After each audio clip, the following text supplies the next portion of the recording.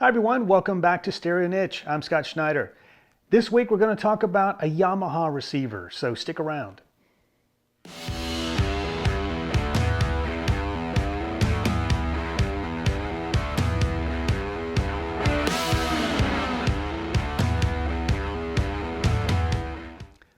All right, thanks for sticking around. So this is the CR1020 from Yamaha. And this unit, this series, was manufactured from 1977 to 1979. And this particular model retailed for about $560. It is rated at 70 watts into 8 ohms. So, it's more past the midway. I think in this series, there was a 420, 820, 1020, 2020, and 3020. Obviously, if you get to the 3020, that's way up there. It is, by any measurement, a monster receiver. It was, the technical term, ginormous. It is probably, I think it might be the heaviest of all of the monster receivers, maybe with exception of perhaps one of the separates from Yamaha, from Sensui, but I believe it was even heavier than the Pioneer SX 1980. Didn't seem like it would be, but when I saw it in person compared to the others, it's deceivingly large. But anyway, this whole series are really beautiful. The industrial design that Yamaha put into their front face was exceptional. And it lends itself, I think, to people certainly appreciating it and taking care of them. One of the things I've noticed, out of all the Yamahas I've run across, they're all in exceptionally good shape. I've not run across one yet. Well, I'm sure they're out there, but I've not run across one in general that seem to be abused.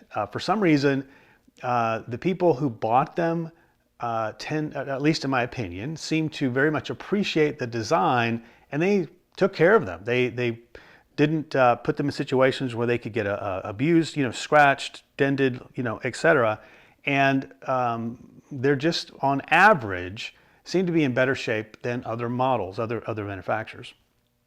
So I have to just assume I'm attributing it to the design aesthetic. They were people that probably were a little bit picky about how it looked, and one aspect of the purchase was how it looked in their case, and they saw the clean lines and how nice everything is laid out.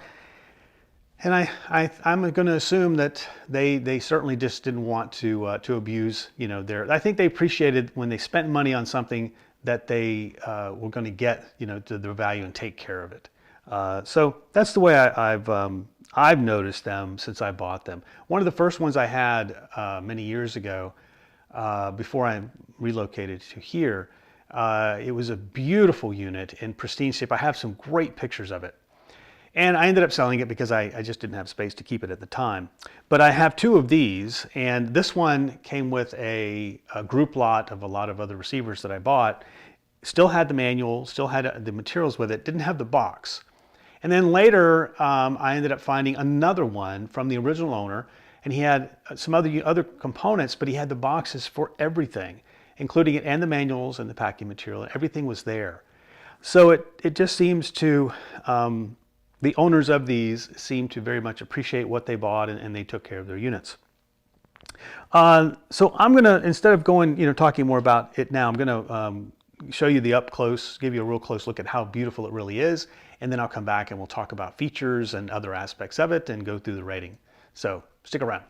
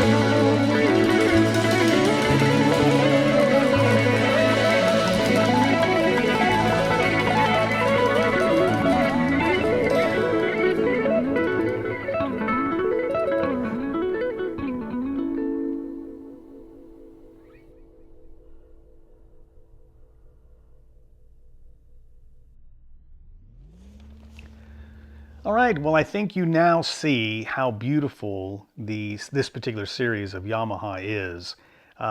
It's a stellar unit. I hope you appreciated the up close slow-mo there, but I think it exemplifies probably some of the peak design, industrial design of the 70s.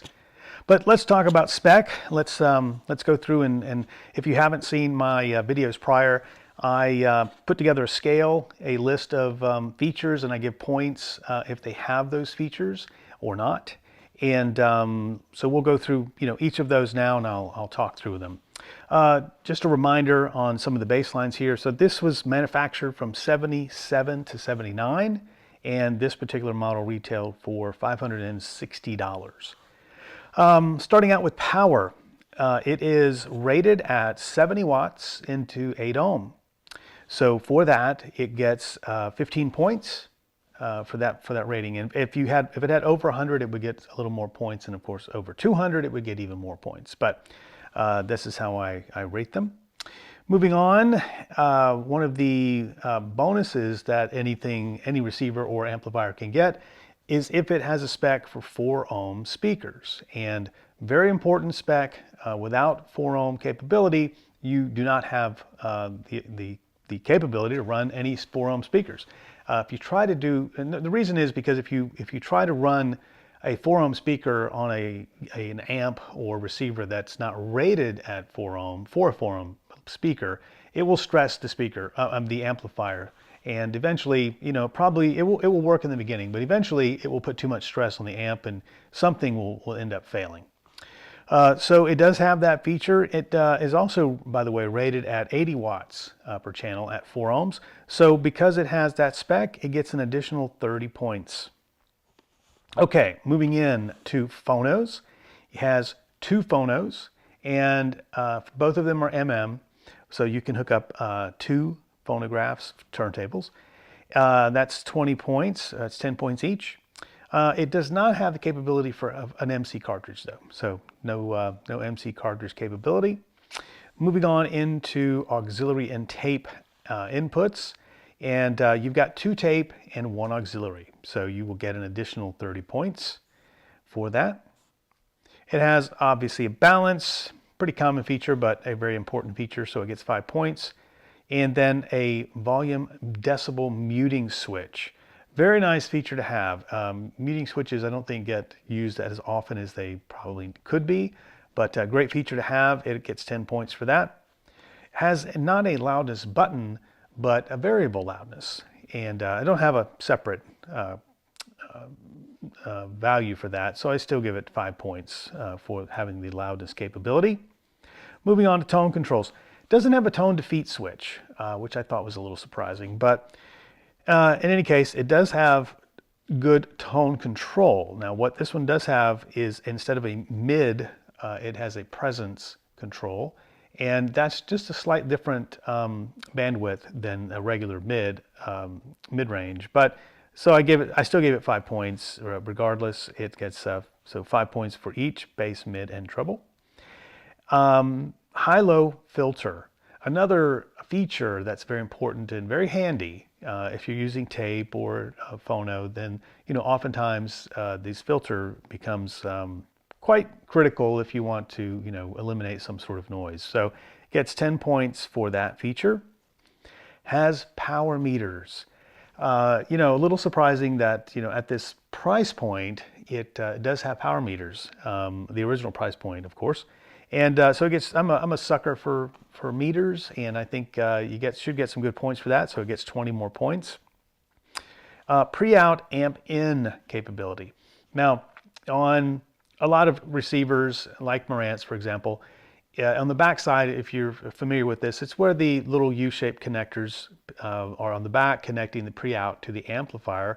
And if you want to separate them to, say, hook up an EQ, you would pull those little connectors out.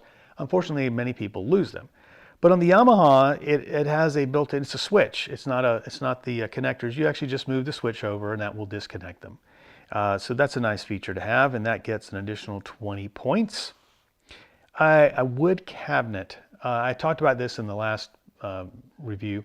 I'm a big sucker for wood cabinets, And the Yamahas all came with wood cabinets because they are mounted into them from the factory. There's no additional cover. So a little different from, say, the Marantz, where you had to, it was an extra option to buy that. So after thinking about that, I realized that even though the Marantz 2275 had an MSRP of about $650, you would have had to add on an additional fee to get the wood case, whereas this retailed for $560. So if it has a wood case, it gets an additional 20 points. Moving into AC connections, it has the pretty common configuration here. 1 switched and 2 unswitched, so it gets 10 points each. That's 5 points for each unswitched, so 10 points for those. And then lastly, speaker sets. Most of the time the receiver can handle 2 sets, but if you remember, if you've watched the Kenwood review, that receiver can actually accommodate 3, as well as the Yamaha. It can accommodate 3 sets of speakers. What I didn't see on there, and of course I didn't read every single page, it was not in the speaker section that I could tell. It did not make a comment about how many 4-ohm speakers could you run. It does handle at least 1 set, but it did not make any comment if you could run multiple sets, like A plus B, for example. It might, but I would just confirm that if you happen to decide you want to connect 2 sets of 4-ohm speakers. So a lot here. This is a little surprising. The Yamaha gets a 250 point score, which is right up there at the top. And I didn't expect that from the beginning. I knew it had a lot of features, did not really expect it to sort of go all the way to the top here. That's a great score. Just means that it is feature rich as far as what options were available on receivers of the day. And it must, looking at now, since I just did the 2275 Marantz, it's so still fresh in my mind, but the Marantz scored lower, although it has a little more watts, but feature-wise, this Yamaha very much would have been, compared to the 2, would very much have been a very big value at $560 versus $650 without a case, and this having a lot more features. It would have been a tough call. It only speaks to me. It speaks to the fact that Marantz, for example, was considered a premium brand, and they could, charge a little extra, for their quality and what people perceived as, a better receiver. So that's it. That's the score and the review for the Yamaha CR1020. And let me know. If you got one, if you got something similar, an 820, a 2020, if anyone has the 3020, that would be interesting to get your feedback. And let me know what you're pairing it with, how you think it sounds, and thank you guys for tuning in. If you want to keep up, hit that subscribe button, and we'll see you next time.